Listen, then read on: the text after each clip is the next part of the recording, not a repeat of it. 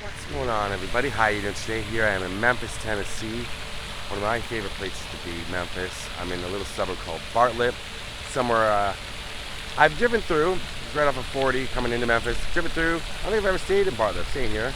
And it was very, very odd driving up here, further outside of Bartlett, kind of, just about 7 minutes really.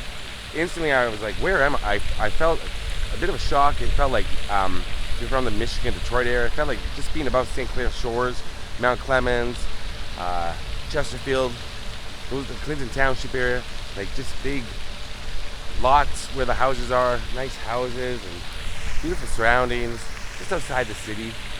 And yeah, it was a bit of a brain boom.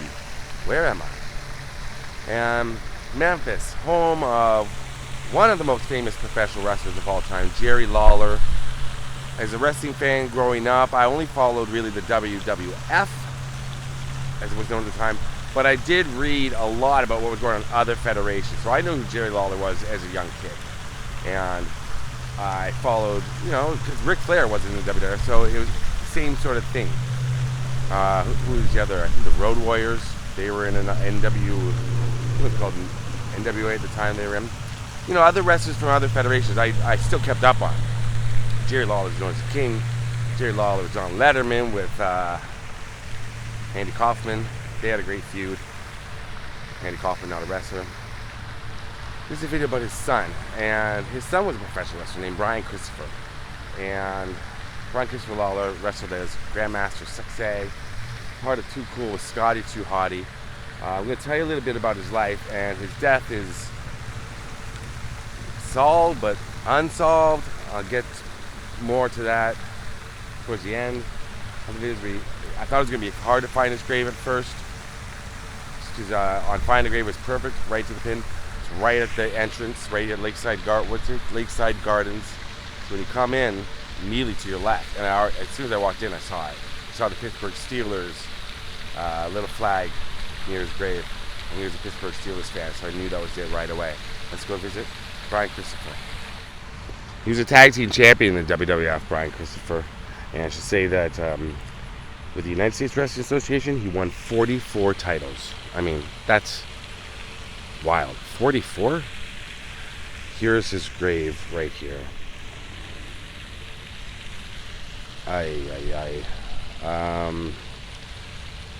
Well, there's no other way to put it. These Canadian geese that obviously follow me everywhere I go have left something on right on top of his grave, and it's horrible to see. I'm not going to show it, and I'm gonna get rid of it with something somehow. His headstone is right there where you see Lawler, but there's another one right there, and they've yeah, okay, I got to figure this out. Another thing I did not expect. I'm from Canada, so I can say this. Go back to Canada. It's summer. Go back. It's summer up there. It's hot. So I was able to get that off.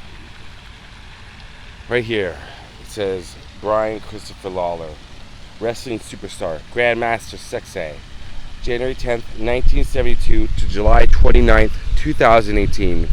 Loving son, brother, and father, lifelong Steelers fan. And here there's a picture of him in memory of Brian Christopher Lawler. And then Dad, Mom, Kevin, Kaylin, Curtis, Blake. There's that flag I was telling you about that I could see. You're seeing some young faces in the background, and it's tragic.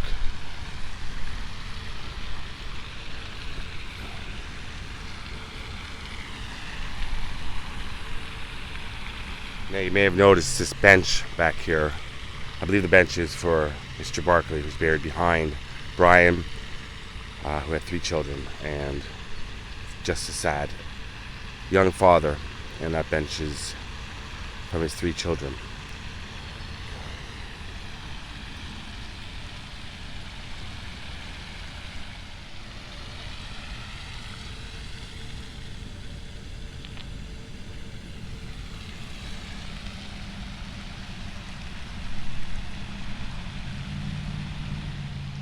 So when he was in the United States Wrestling Association, I know he was part of a masked team, and he was unmasked at one point during a match, and that's when he became Too Sexy Brian Christopher. Had fused with a whole bunch of different wrestlers, and one of his partners was The Rock. You know The Rock. He partnered with The Rock. Hot Stuff Eddie Gilbert, Doug Gilbert. Then he entered the WWF, I think it was around 1997. And then he started teaming up with Scott Too Hot Taylor, and they formed a tag team called Too Much. Around 1999, he adopted the name Grand Master Sexay, and Scott Taylor became known as Scotty Too Hotty. And in May 2000, they became WWF Tag Team Champions. In June 2001, he was released from the WWF for illegally conveying drugs across the Canada-United States border. Joined the World Wrestling All-Stars for a little bit. NWA, Total Nonstop Action, another group. He formed a group called The Next Generation with fellow second-generation stars David Flair and Eric Watts. So I gotta stay away from that guy right on the edge there. 2004 to 2017, he kind of jumped around from different wrestling federations using the UWF. Then he toured with a Hulkamania tour in Australia. Then he returned to the WWE as a bad guy. Now he started feuding with his father. I think it's a wrestling feud, so it's just for the cameras. We know that. Said stuff like, "You never cared for me as a son," and that he was ashamed to be his son, and Jerry Lawler told him that he was a bigger screw-up than Charlie Sheen. Yikes. I mean, it's male soap operas wrestling, right? That's the way I look at it now, somewhat. And there's a woman at the grave I was just talking about near the father of the 3 children, so I'm going to go further away. He made his final WWE appearance on NXT Arrival in February 2014 as part of Too Cool. They were mystery opponents to the Ascension, who defended their NXT Tag Team Championship. Brian and Scotty Too Hotty continued teaming together in the independent circus. Then he teamed with his dad and Doug Gilbert where they wrestled Terry Funk in the Rock and Roll Express in North Carolina, South Carolina. His last match was for Georgia Premier Wrestling, November 11th, 2017, where he defeated Dundee Primetime. Another thing I was reading was his father was a Cleveland Browns fan. He was a Pittsburgh Steelers fan. And apparently he's buried in a Pittsburgh Steelers themed casket. So he had some issues. We talked about that being smuggling across the border, the Canada-US border. He was arrested in February 2009 for disorderly conduct. June 26, 2009, arrested for public intoxication. And apparently he was very non-cooperative when he was in custody and threatened the police officer. Then later, July 13th, 2009, he was jailed for 30 days after failing to attend an inpatient treatment center as part of his plea agreement. His grave is quite far behind me now. I'm on the other side of this little lake, and I got to keep watching where I'm stepping and what's around me. Sorry, a big truck went by and it was very, very, very loud. On July 7th, 2018, he was again jailed for driving under the influence and for evading police. 22 days later, July 29th, I believe, of 2018, he was found hanging in a cell at the Hardeman County Jail and was observed to be brain dead. That's up in Bolivar, not too far from here. I was thinking about going there just to get some outside shots of it. I'll post a picture of it. And then I just thought it's very, very difficult to film the outside of jails, prisons, sheriff's office, police officers. It's not easy. So I thought better against that. It's never easy. And so some pictures. His life support was disabled a few hours after his father, Jerry Lawler, came to the hospital to see him. He was pronounced dead at 4:40 p.m. at the age of 46. So, 1 year after he died, Jerry Lawler filed a wrongful death lawsuit against Hardeman County, which is where he passed away, Hardeman County Sheriff, and others for failing to protect his son Brian. He alleged that the county sheriff had personally promised to keep an eye on Lawler after he was incarcerated. Now, the hearing, I hear it's scheduled now for August of this year, so it's still ongoing. Said that they failed to provide Brian with treatment for drug and alcohol issues during his incarceration, and that they altogether failed to provide him with appropriate care after he was assaulted by another inmate. Now, there are some pictures. They're interesting to see. They were released by the family. I want to say that. These are pictures released by the family. It's Jerry Lawler. He found hanging. The rope mark, the ligature marks around his neck do not go all the way around, which is odd. So there's always been, how is this possible? How did he die? It could have been, I can't speculate. I was about to. I'm not going to speculate how. It's odd, but it seems like he took his own life and it happened fast. I'm not sure. I can't explain why the ligature mark does not go all the way around. But there were bolts on it kind of hung itself off the bolts of that protruded from, I guess, the metal cots that are in there. And that's another point of contention, that they should be shaved down so this could be prevented again. Because the bolts stick out too far and make it too easy for someone to harm themselves like that. And that's in that specific jail. I don't know about other jails with bolts, but I read that as well. They're used as an anchor. The family's lawyer said that, at a minimum, the bolts should be shaven down and removed.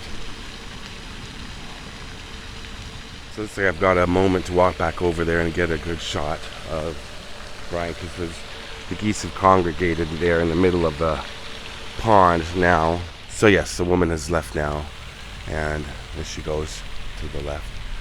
And I always leave the area, especially if somebody's that close. But even if they're over there, I would walk away. It's just somebody's grieving. And I believe she was here to see the young lady to her left. And I hope she is resting peacefully along with Mr. Barkley here and Mr. Gonzalez. and Miss Haley. And I didn't notice. Oh, that's the same. That's Kiara. So here's Brian Christopher. And a strange death. It seemed like he struggled, which we hear too much about in the wrestling industry and wrestlers. I've covered a lot of wrestlers on my channel. Some I wasn't too familiar with. I want to give a shout out to Rayan from Nerd Locations, who talked to me about this story and told me some details and said it would be something that I should do. And I'm not too familiar with Brian. I was very familiar with, I think this goose is injured. He's hopping along the way he was hopping. Not too familiar with Brian Christopher. I was familiar with Scotty Hotty. I'd heard that name a few times, bantered about. But I was very, very familiar with Jerry Lawler. So Rain and I were talking. He said, well, you know Jerry Lawler, you've got to read about his son. And he gave me the idea to do this. And I'm glad I did. Bring something out as a tribute. Because I know, even though I stopped watching wrestling in the 80s, there are lots of, a huge amount of wrestling fans. Wrestling just as big as ever. They're rock stars still. And guys like Brian Christopher are massively popular. And people want to hear about them and celebrate them still and visit them. And if you're not able to visit them, here I am in your place. Rest in peace, Brian Christopher. Steelers fan. Thanks for watching, everybody. Love you all. Peace. And I hope your family, Brian, finds some peace soon. And this Canadian goose, I'm going to go not too close now, but I'm going to go up to him because as much as I dislike Canadian geese, because I've had some encounters with them up in Canada that did not go well. They can be a little vicious.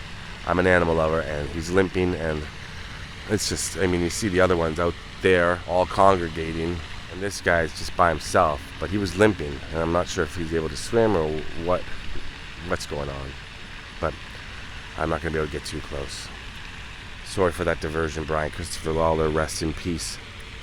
Thanks for watching, everybody. And peace out.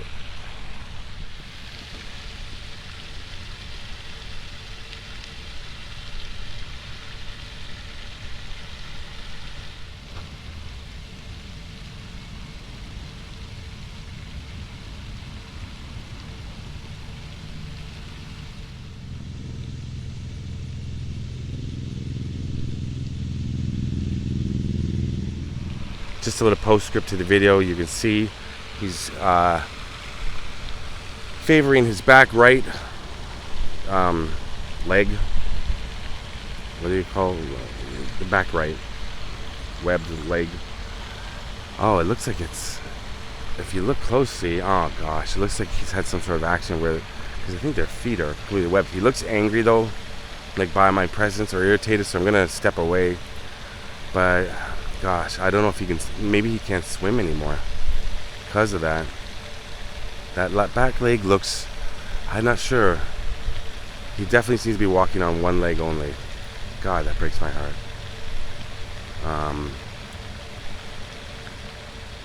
Yeah.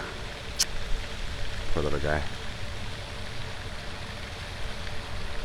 I'm going to let the groundskeeper know. Maybe they can help him. You know, I don't know. Animal control can, well, no, I don't know what to do. I think he's just gonna have to live out here, and he'll be okay. He looks well fed, so maybe he can swim. I left. I went across the street and made some travel arrangements to work on something. Looks like his friends have joined him again. I just made a couple phone calls I had to make, and then I can't not, so there he is on the far left, scratching himself, so he's able to use the foot, like, that part of him. It's just tender, or something's wrong with it, I'm not sure.